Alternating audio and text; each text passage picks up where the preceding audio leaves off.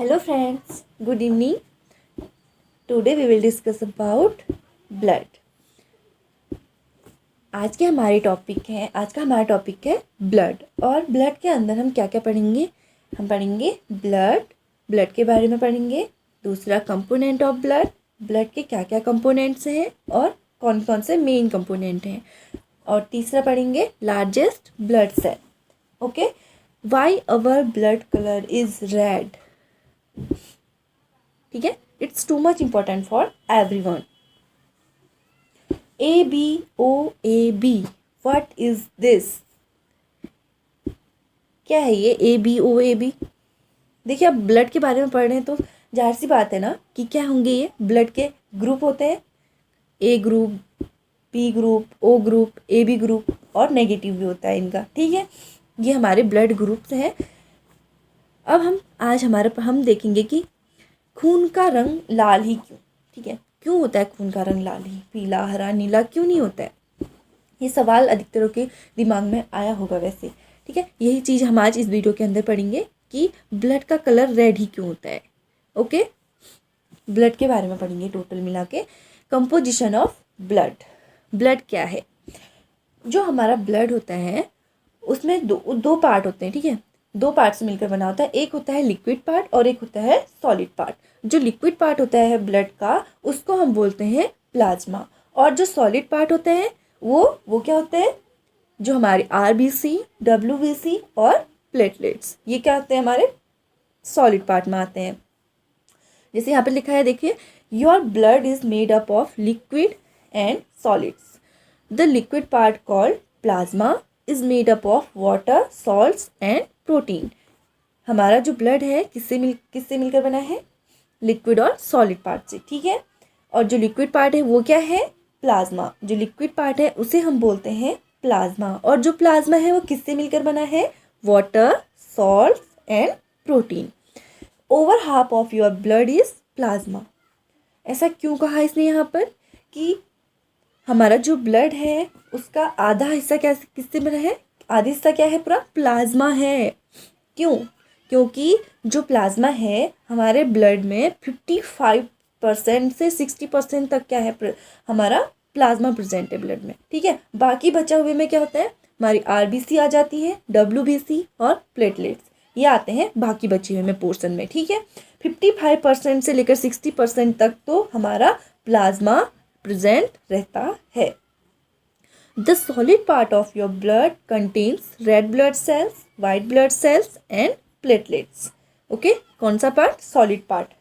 पढ़े हमने अभी कौन कौन से पार्ट पढ़े ब्लड के? एक लिक्विड पार्ट और एक सॉलिड पार्ट। लिक्विड पार्ट हमारा प्लाज्मा हो गया, सॉलिड पार्ट हमारा RBC, WBC और प्लेटलेट्स हो गई। रेड ब्लड सेल्स, अब देखेंगे इनके काम क्या है। ठीक है, red blood cells deliver oxygen from your lungs to your tissues and organs. Red blood cell क्या काम करती है? ऑक्सीजन को डिलीवर करती है to your lungs, to your tissues and organs, यानी कि हमारे पूरे शरीर के प्रत्येक अंग तक। ठीक है, हमारे बॉडी के हर पार्ट तक कौन पहुंचाता है ऑक्सीजन को? ब्लड को कौन पहुंचाता है? ये काम होता है हमारा RBC का। ब्लड के थ्रू क्या करती है? ऑक्सीजन को हमारी बॉडी के हर पार्ट तक पहुंचाती है। नेक्स्ट है WBC, white blood cell. White blood cell क्या करती हैं? Fight infection and are part of your immune system. जो वाइट ब्लड सेल होती हैं वो फाइट करती है किससे? जो भी बाहर से आने वाले क्या होते हैं, फॉरेन, जो भी मतलब कि जो नुकसान पहुंचाने वाले होते हैं हमें, या फिर जो बाहरी चीज़ हमारे शरीर के अंदर एंटर करती है, या फिर जो हमें जैसे कोई डिजीज़ है ना, उन सब से क्या करती है? हमारे ये फाइट करती है, उन सबको दूर भगाती है। यानी कि उनसे लड़ने का काम क्या कौन करती है? जो रोग होते हैं, बाहरी जो रोग होते हैं, उनसे लड़ने का काम कौन करती है? WBC करती है। इन्फेक्शन, ठीक है, फाइट इन्फेक्शन से फाइट करती है। और ये क्या है? हमारे इम्यून सिस्टम का एक पार्ट है। WBC क्या है? हमारे इम्यून सिस्टम का पार्ट है। Platelets help blood to clot when you have a cut or wound. क्या मतलब? जो प्लेटलेट्स होते हैं वो क्या करते हैं? ब्लड क्लॉटिंग में हेल्प करता है। ब्लड क्लॉटिंग मतलब खून का थक्का जमना। ठीक है, प्लेटलेट्स क्या करती हैं? ब्लड क्लॉटिंग में हेल्प करती हैं। और जो कट फट जाता है, जैसे इंगली में दिखा रखा है यहाँ पे, जैसे कट रखा है ना, इस घाव को भरने में कौन मदद करता है? हमारे प्लेटलेट्स काम करती हैं। अब आता है bone marrow, the spongy material inside your bones makes new blood cells live about 120 days and platelets live about 6 days. Some white blood cells live less than a day but others live much longer. क्या बोल रहे हैं, जो हमारा blood है कहाँ बनता है, ठीक है, ये क्वेश्चन भी तो आता है, आपके दिमाग में आया होगा, सबके दिमाग में आता है कि ब्लड बनता कहाँ है, आखिर ये ब्लड आता कहाँ से है। तो हमारा जो ब्लड होता है वो एक मेन ऑर्गन है, हमारी बॉडी का एक पार्ट है जहाँ पे हमारा ब्लड बनता है, उसको हम बोलते हैं bone marrow. Okay, bone marrow में क्या बनता है, हमारा ब्लड बनता है, ब्लड सेल्स बनती हैं। अब जो ब्लड सेल्स कौन कौन, जैसे क्या है, ये RBC WBC, ये सब इनके क्या है, लाइफ स्पेन क्या है, ठीक है। RBC को हम इरिथ्रोसाइट्स भी बोलते हैं और WBC को क्या बोलते हैं, ऐसे ल्यूकोसाइट बोलते हैं, और प्लेटलेट्स को थ्रोम्बोसाइट्स बोलते हैं। अब हम देखते हैं इनकी लाइफ स्पेन क्या है। जो RBC है उनकी लाइफ स्पेन होती है 20 to 120 डेज तक, ओके, और जो WBC है उनकी लाइफ स्पेन होती है 4 डेज, और प्लेटलेट्स की 7 डेज या 6 डेज इतनी होती है, ठीक है। ये देखिए यहाँ पे इस डायग्राम के थ्रू इस डायग्राम में दिखा रखा है कि क्या है, प्लाज्मा कितना परसेंट है, येलो कलर का जो दिख रहा है कि क्या है, 55% ऑफ ब्लड का कितना है, 55%, और जो वाइट ब्लड सेल और प्लेटलेट्स हैं वो कितनी है, 4%, बहुत कम मात्रा में, और जो रेड ब्लड सेल है वो है 41%। देखिए ब्लड का जो आधा हिस्सा है वो कितना है, पूरा कितना, उसमें क्या है, पूरा 55% प्लाज्मा, ठीक है। अब आते हैं कंपोनेंट्स ऑफ ब्लड के कंपोनेंट्स के बारे में। अभी तक जो हम बात कर रहे थे वो क्या है, सब ब्लड के कंपोनेंट्स ही तो है। जो ब्लड के कंपोनेंट्स क्या है, 4 कंपोनेंट्स होते हैं। एक होता है हमारा RBC, WBC, प्लेटलेट्स और प्लाज्मा। सबसे पहले हमने यहाँ पर देखा है प्लाज्मा क्या है, अभी पढ़ा था। ब्लड क्या है, ब्लड के दो फॉर्म में होता है, ठीक है, एक लिक्विड फॉर्म में, एक सॉलिड, मतलब 2 पार्ट होते हैं ब्लड के, एक लिक्विड पार्ट, एक सॉलिड पार्ट। लिक्विड पार्ट में हमारा प्लाज्मा आता है, अभी बात करी थी। और जो प्लाज्मा है वो क्या करता है, 55% ऑफ टोटल ब्लड वॉल्यूम, मतलब जो पूरा ब्लड है हमारा 55% तो प्लाज्मा ही रहता है, ठीक है, उसमें 55% हमारा प्लाज्मा होता है। और जो प्लाज्मा है नंबर 1, ये तो लिक्विड पार्ट है ब्लड का, और इसमें क्या होती है, 2 टाइप की प्रोटीन्स पाई जाती हैं। एक होती है हमारी फाइब्रिनोजन, ठीक है, इसमें क्या होती है, हमारी 2 प्रोटीन पाई जाती हैं, एक होती है हमारी फाइब्रिनोजन और दूसरी होती है हमारी प्रोथ्रोम्बिन, ओके, प्रोथ्रोम्बिन। और ये जो दोनों है, ये दोनों क्या करते हैं, ब्लड को गाढ़ा बनाते हैं, इनका काम होता है ब्लड को गाढ़ा बनाने का, ठीक है, ये करते हैं, ब्लड को गाढ़ा बनाते हैं। कौन, जो इसमें प्रोटीन प्रेजेंट होते हैं, एक फाइब्रिनोजन और एक प्रोथ्रोम्बिन, ठीक है, ये हमारे ब्लड को क्या करते हैं, गाढ़ा बनाने का काम करता है। अगर इनमें से एक भी एब्सेंट हो गया तो क्या हो जाएगा, ब्लड पतला हो जाएगा, ठीक है। अब आता है हमारे कॉर्पस्कल्स, क्या होते हैं, कणिकाएं, जिसको हम हिंदी में बोलते हैं, हमारी वो होती है WBC, RBC और प्लेटलेट्स, ठीक है। अब आप बात करते हैं हम RBC की, किसकी, RBC की, ठीक है, ये रहा हमारा RBC यानी कि रेड ब्लड सेल्स, ओके। हम इनको क्या बोलते हैं, कहा था अभी हमने, हम इनको क्या बोलते हैं, हम इनको बोलते हैं एरिथ्रोसाइट्स, क्या, एरिथ्रोसाइट्स, ठीक है, क्या बोलते हैं हम इनको, एरिथ्रोसाइट्स, ओके। और जो RBC है उनकी संख्या कितनी होती है, 50 लाख, हम या फिर कहीं पर ऐसा भी लिखा होता है कि 5 मिलियन, ठीक है, कितनी इनकी संख्या कितनी होती है, 50 लाख होती है। और जो इनका लाइफ स्पेन है वो कितना होता है, अभी हमने इससे पहले बताया था, कितना होता है इनका लाइफ स्पेन, 120 डेज का होता है, ठीक है, कितना होता है, 120 डेज का। और इनका शेप कैसा होता है, क्वेश्चन आता है, इनका शेप कैसा होता है, इनका शेप होता है वैसे गोल होता है, और बीच में थोड़ा सा चपटा होता है, ठीक है। और ये क्या काम करती है, ये तो मैं पहले भी बता चुकी हूँ। इनका काम होता है ऑक्सीजन को डिलीवर करना, कहाँ, हमारी पूरी बॉडी के हर पार्ट तक ऑक्सीजन को पहुँचाना, किसका काम होता है, RBC का, ओके, यानी कि रेड ब्लड सेल का काम होता है ऑक्सीजन को डिलीवर करना lungs to your tissues and organs, okay. अब आते हैं हम वाइट ब्लड सेल्स में, ठीक है, अब आते हैं हम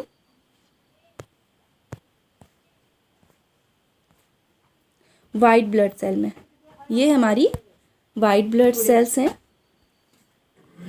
ये हमारी वाइट ब्लड सेल्स हैं। ये क्या करें, इनको हम क्या बोलते हैं, वाइट ब्लड सेल्स के साथ साथ हम इनको ल्यूकोसाइट्स भी बोलते हैं, ठीक है, ल्यूकोसाइट्स भी बोलते हैं। और क्या होती हैं, जैसे ये क्या इनकी संख्या कितनी होती है, जैसे हमारे पास क्या होते हैं 600 RBC हैं, उनमें एक क्या होता है WBC प्रेजेंट होता है। इनका रेशियो है 600 RBC में एक क्या होता है हमारा WBC। और जो WBC हैं, जो वाइट ब्लड सेल्स हैं, वो क्या करती हैं, फाइट करती है इन्फेक्शन से, ठीक है।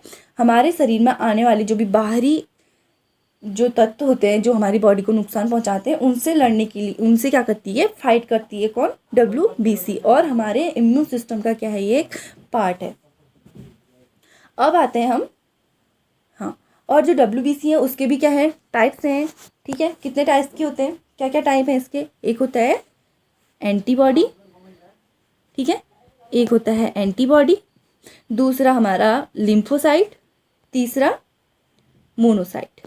ये तीनों क्या है, ये तो मेन है जो क्या करते हैं, इसमें काम करते हैं। लेकिन तीन कैसे हैं हमारे, जो न्यूट्रोफिल, ईसिनोफिल और बेसोफिल, ये जो तीन है लास्ट के, वो क्या करते हैं, उनका कोई मेन काम नहीं होता है इसमें, ठीक है।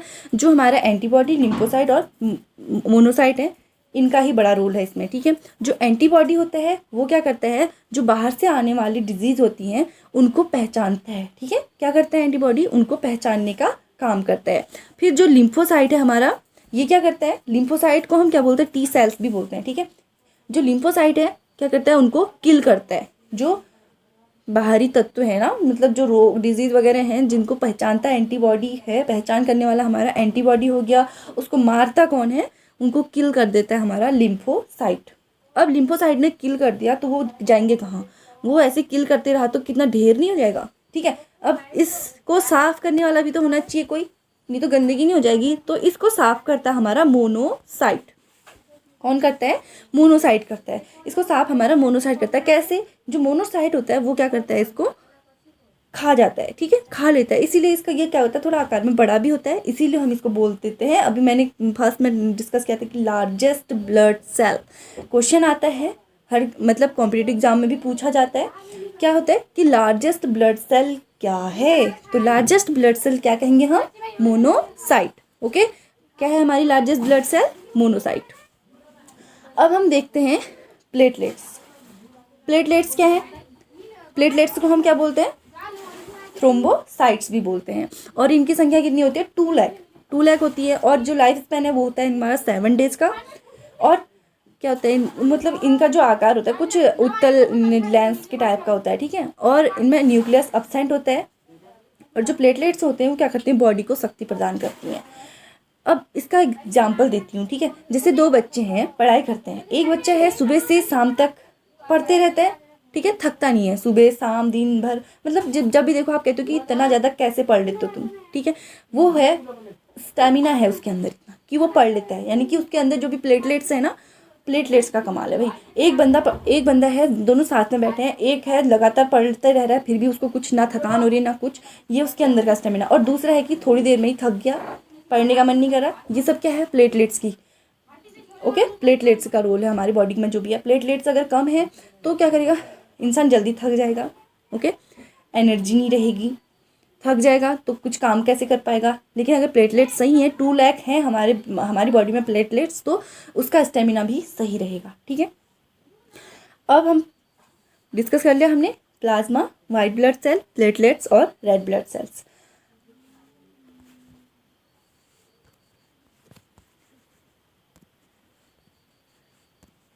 ओके, अब हम देखेंगे ये क्या है, ब्लड का स्ट्रक्चर। इसमें साफ साफ दिखाया गया है, यहाँ हमारी प्लेटलेट्स हैं, ये देखिए सबसे ज़्यादा मात्रा में क्या है, रेड ब्लड सेल, फिर वाइट ब्लड सेल, प्लेटलेट्स, और ये हमारा पूरा आधा हिस्सा पूरा प्लाज्मा है, ठीक है।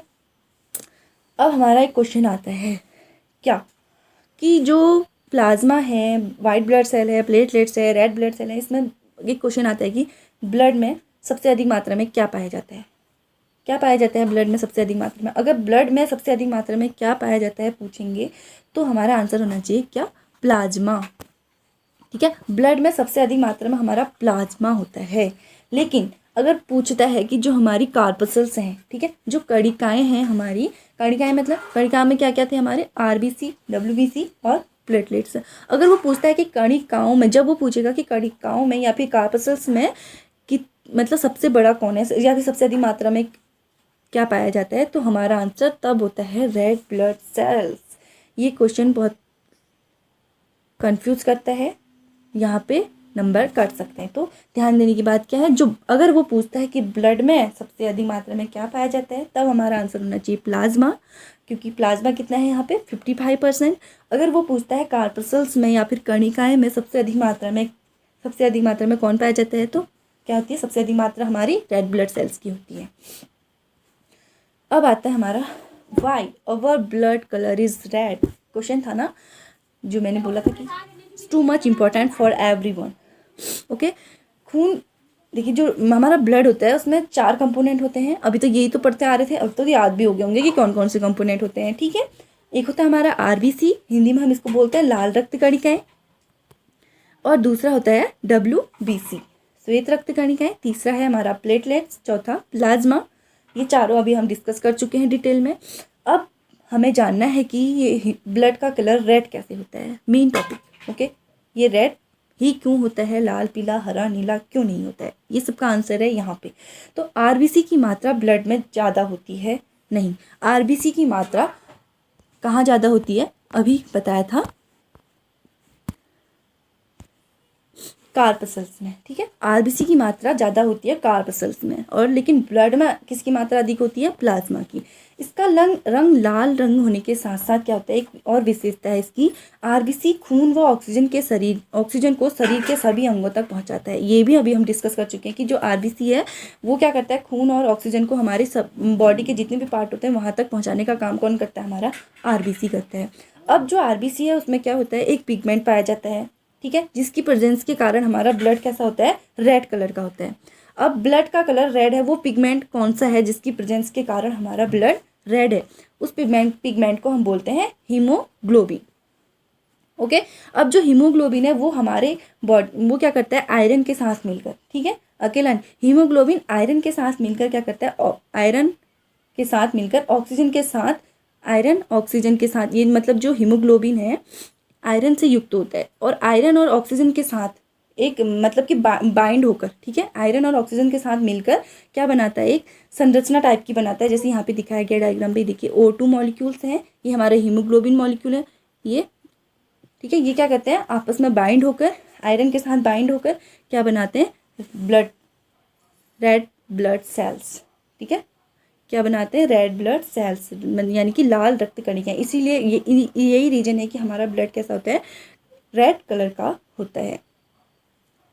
जो हीमोग्लोबिन है वो आयरन के साथ बाइंड होकर, आयरन ऑक्सीजन के साथ बाइंड होकर क्या बनाती है, एक जालनुमा संरचना बनाती है। इस जालनुमा संरचना को ही क्या बोलते हैं, रेड ब्लड सेल्स। यहाँ पे डायग्राम में साफ साफ दिखाया है जैसे कि। ओके, अब हम देखेंगे कि ब्लड का फंक्शन क्या है। ठीक है, ब्लड के फंक्शन क्या है हमारे शरीर में। अब जो ब्लड है क्या करता है, नंबर 1 टेम्परेचर कंट्रोल करता है। जब हम अपने हाथों को अगर फॉर एग्जांपल देखें तो जब हम अपने हाथों को ऐसे रगड़ते हैं तो शरीर में क्या होती है, गर्मी पैदा होती है। तो किसके कारण पैदा होती है, सब ब्लड क्या होता है, सर्कुलेट होता है, जिससे हमारे बॉडी का टेम्परेचर क्या होता है, बढ़ता घटता है। ठीक है, कंट्रोल कौन करता है, ब्लड।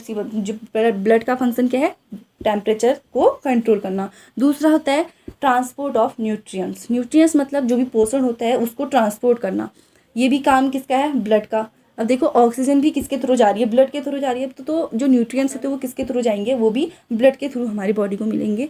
तीसरा है ट्रांसपोर्ट ऑफ गैसेस। अब जो ऑक्सीजन और कार्बन डाइऑक्साइड है वो किसके थ्रू हमारी बॉडी के पार्ट्स तक पहुंच रही है, वो भी ब्लड के थ्रू पहुंच रही है। कहा था ना जो ऑक्सीजन है और खून है, अभी फर्स्ट में हमने पढ़ा था कि उसको क्या करती है, कौन पहुंचाता है, हमारा आरबीसी।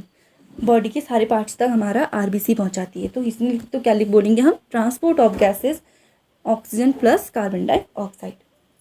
नेक्स्ट है एक्सक्रीटरी मटेरियल ट्रांसपोर्ट, यानी कि जो भी उत्सर्जी पदार्थ होते हैं उनका परिवहन, उनका भी परिवहन कौन करता है, हमारा ब्लड करता है। देखिए ट्रांसपोर्ट ही कर रहा है, ठीक है, यानी कि मतलब ट्रांसपोर्ट कर रहा है, उसको डैमेज नहीं कर रहा है, उसको मतलब उसको ख़त्म नहीं कर रहा है, सिर्फ ट्रांसपोर्ट कर रहा है। ये ट्रांसपोर्ट करता है। फिर जो हमारी किडनी होती है उसको क्या करती है, जो भी एक्सक्रीटरी मटेरियल है उसको क्या करती है, किडनी एब्जॉर्ब कर देती है, और बाकी बचा हुआ जो कितना हमारी बॉडी उसको यूज कर लेती है।